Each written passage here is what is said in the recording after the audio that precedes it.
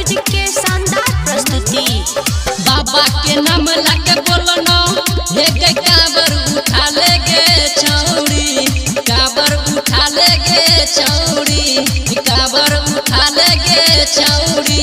आ बैठनो हमारा अपाची पर देवघर घुमैबोगे छौड़ी।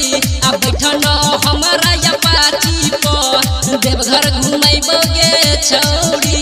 आ बैठनो हमारा अपाची पर देवघर घुमैबोगे छौड़ी।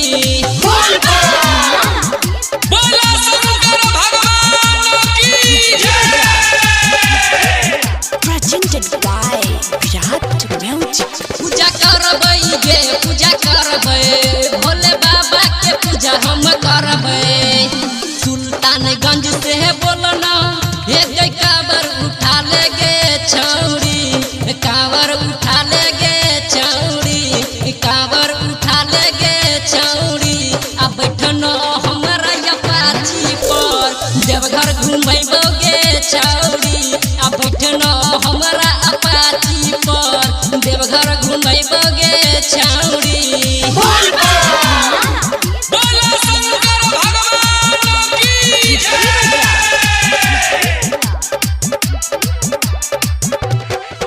पूजा करबै गे पूजा करबै, भोले बाबा के पूजा हम करबै।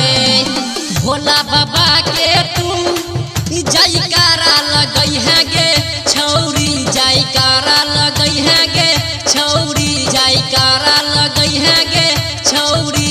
आ बैठनो हमारा बलोरो पर देवघर घुमैबोगे छौड़ी।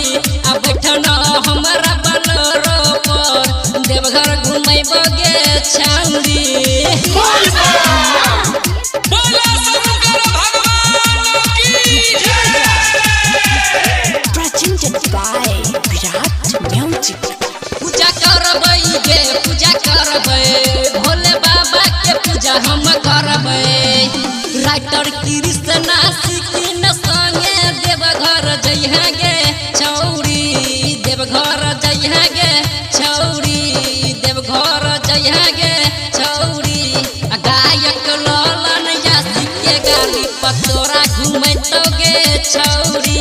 आ गायक यासिक ललन के गाली पर तोरा घुमैतोगे छौड़ी। गायक यासिक ललन के गाली पे तोरा